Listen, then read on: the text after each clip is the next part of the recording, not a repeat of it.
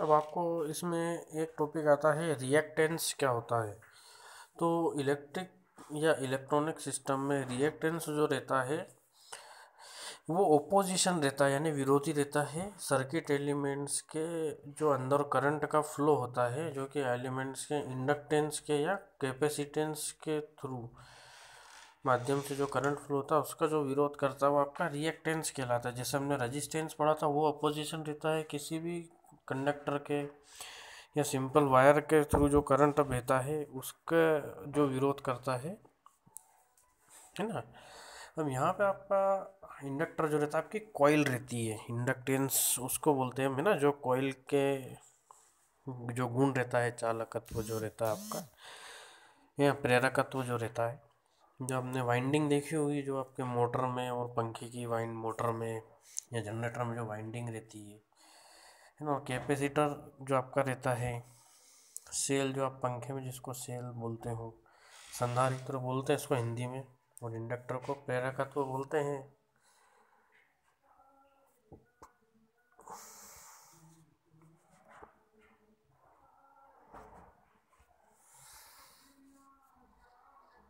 तो जो रहता है आपका, इनके अंदर जो करंट का विरोध करो आपका रिएक्टेंस कहलाता है, जो इंडक्टर और कैपेसिटेंस में।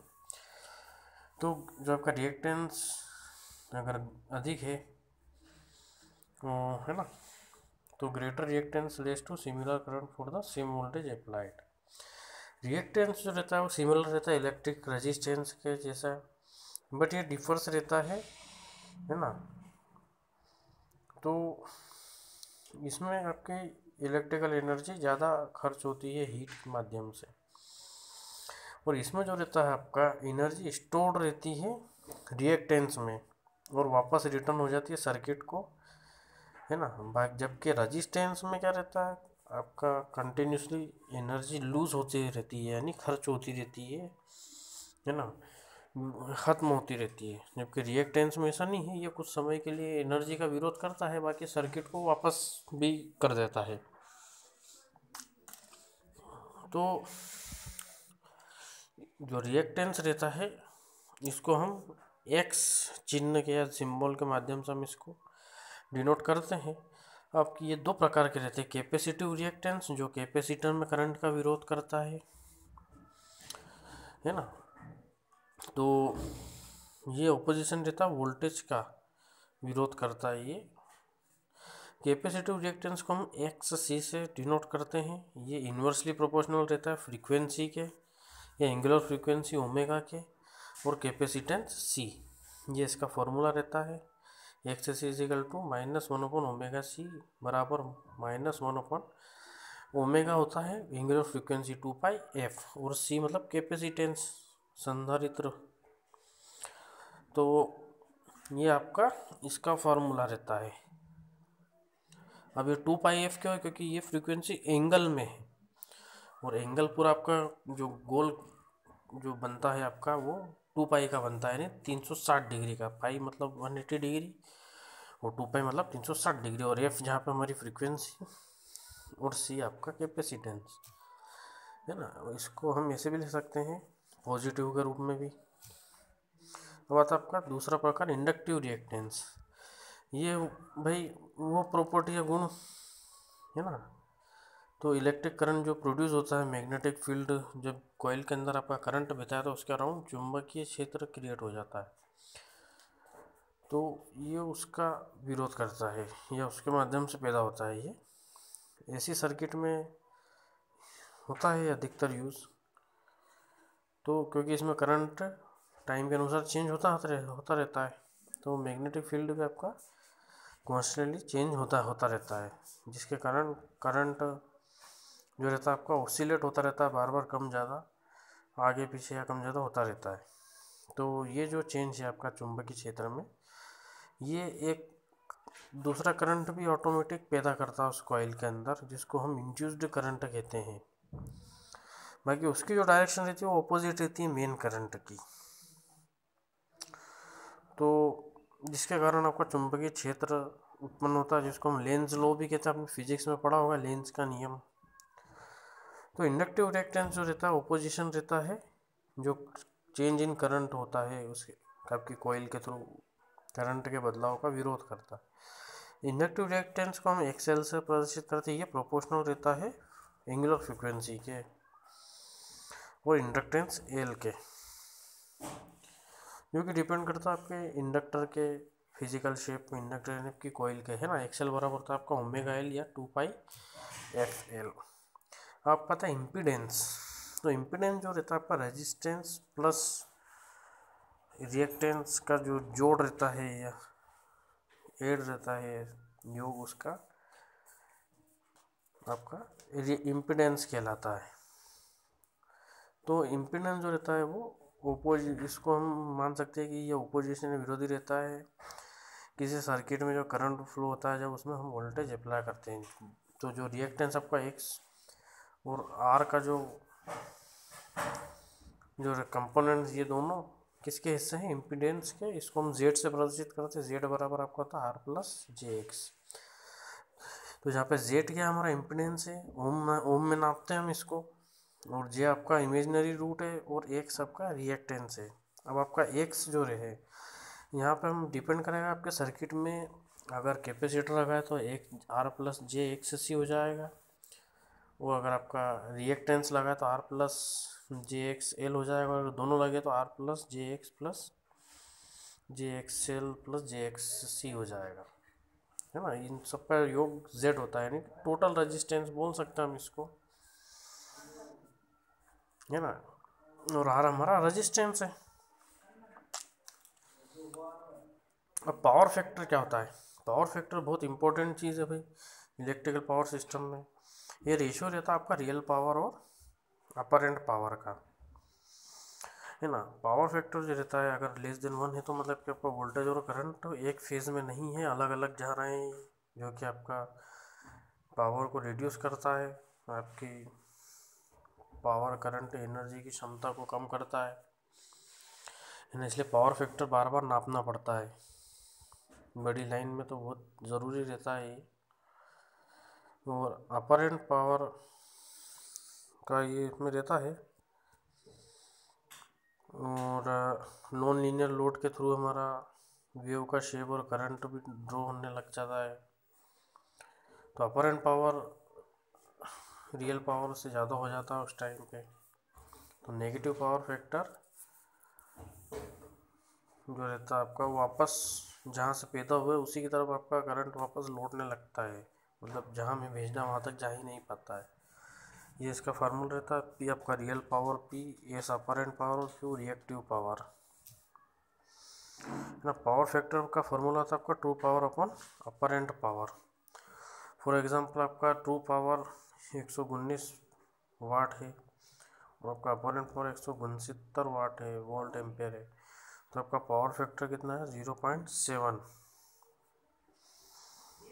या कोस थीटा बराबर 0.7, मतलब कि आपका 100% पावर फ्लो नहीं हो रहा है। मतलब आपको मान लो 100 वाट वहाँ से ऊर्जा मिले तो आप तक कितनी पहुँच रही है 0.7, या उसमें कितनी फ्लो हो रही है 0.7, यानी कहीं ना कहीं लॉस हो रहा है। तो पावर फैक्टर जो रहता है आपका, ये एनर्जी एफिशिएंसी यानी कि ऊर्जा की जो एफिशिएंसी है उसको नापने के काम आता है।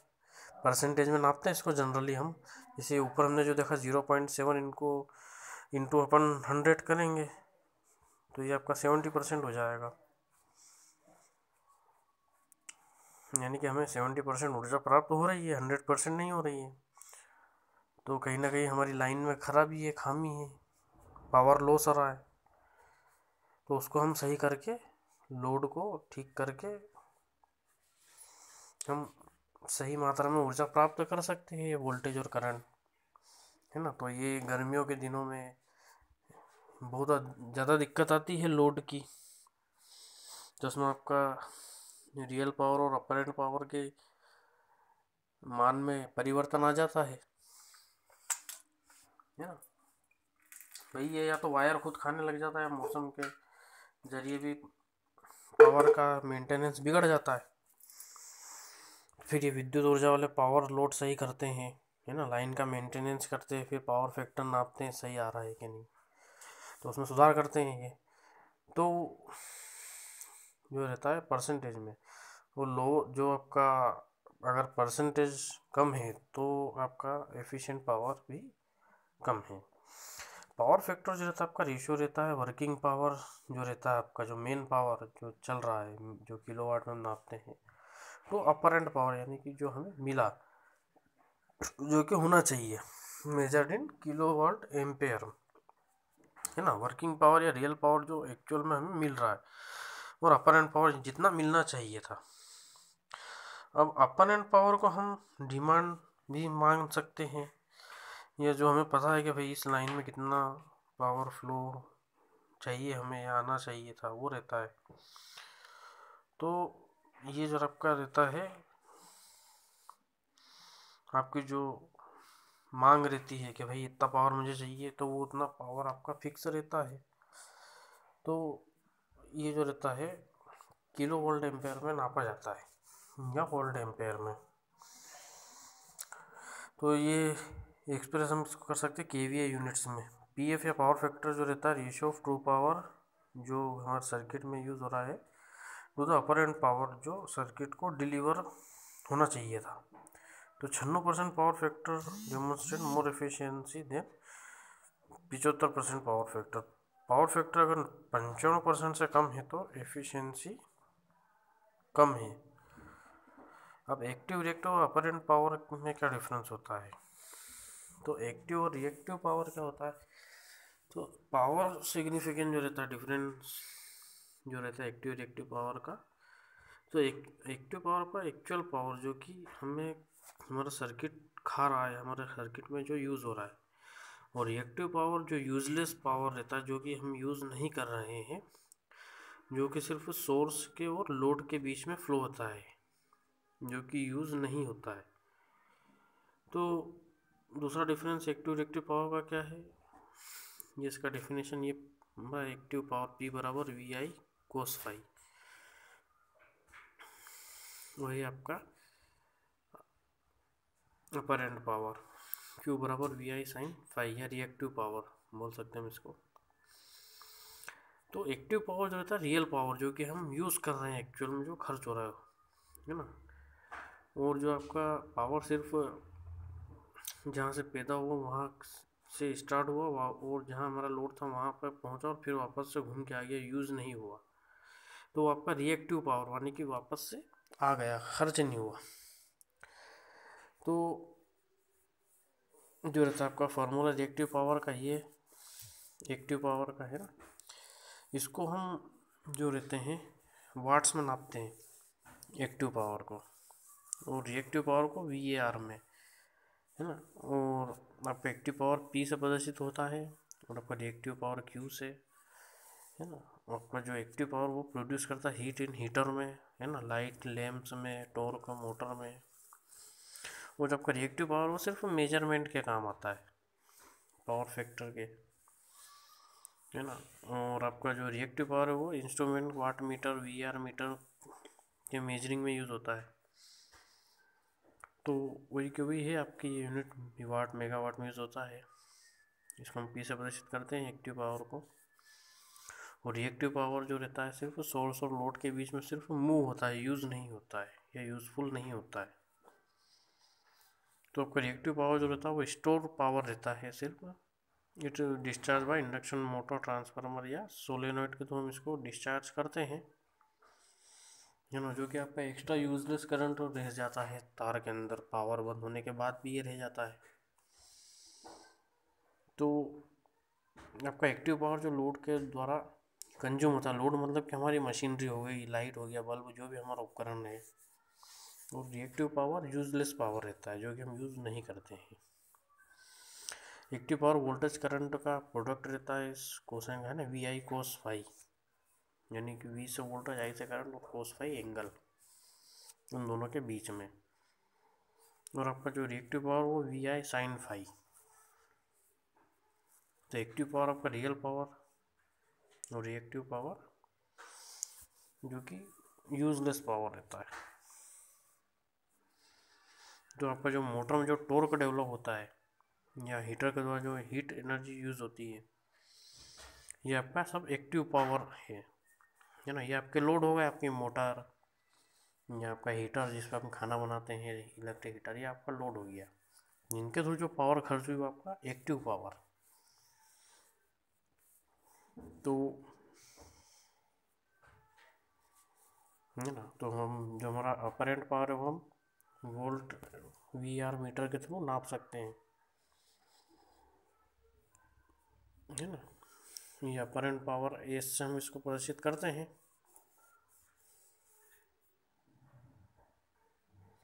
तो आपका अपरेंट पावर जो रहता है वो प्रोडक्ट रहता है वोल्टेज और करंट का, है ना। सिर्फ V/I फेज एंगल हम इसमें इग्नोर कर दें तो आपको बन जाता है अपरेंट पावर। तो जो टोटल पावर जो ऐसे सर्किट में है, जो कि एक्टिव पावर जो कि खर्च हुआ इन रिटर्न पावर या अपरेंट पावर,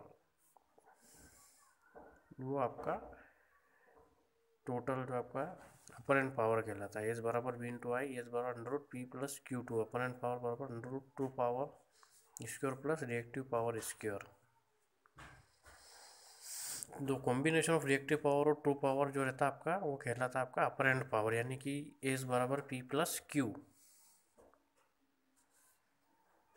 तो ऐसे सर्किट में जो रहता है प्रोडक्ट ऑफ RMS वोल्टेज और RMS करंट, वो भी आपका अपरेंट पावर कहलाता है, जो कि एस से प्रदर्शित करते अपन इसको यूनिट वोल्ट एम्पेयर रहती है।